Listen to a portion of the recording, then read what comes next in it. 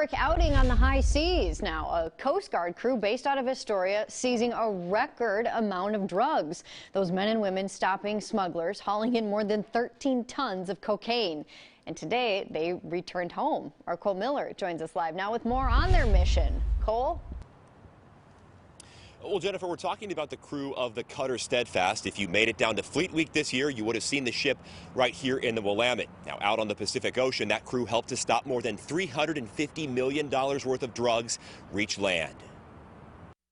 It was a huge achievement for this crew, and I'm sure they're very happy to have it done. After more than 50 days at sea, that's the U.S. Coast Guard Cutter Steadfast returning to familiar waters in the Columbia and its home port of Astoria. It was interesting. It's always different than you expect it to be.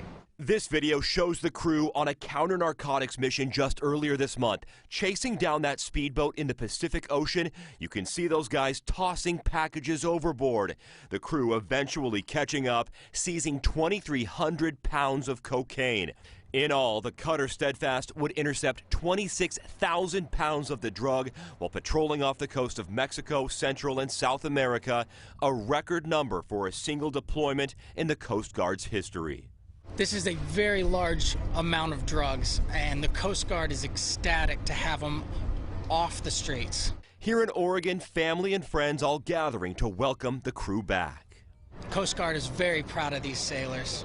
We're happy to have them back here in Astoria, and the community is really proud of what they've done. And in D.C., that video is now getting the attention of lawmakers like Congressman Peter DeFazio, calling for more funding to give the Coast Guard more tools to do its job and to make sure those smugglers don't reach where they're going. What they do with drug interdiction, far exceeds all of the other federal agencies combined. Now, it is worth noting that bump in funding has passed the House. It heads to the Senate now. As for the Cutter Steadfast, Jennifer, it will head back out to sea in October. Live tonight in downtown Portland, Cole Miller, KOIN 6 News. Gosh, that video is pretty incredible. Thanks, Cole. Yeah. Also tonight.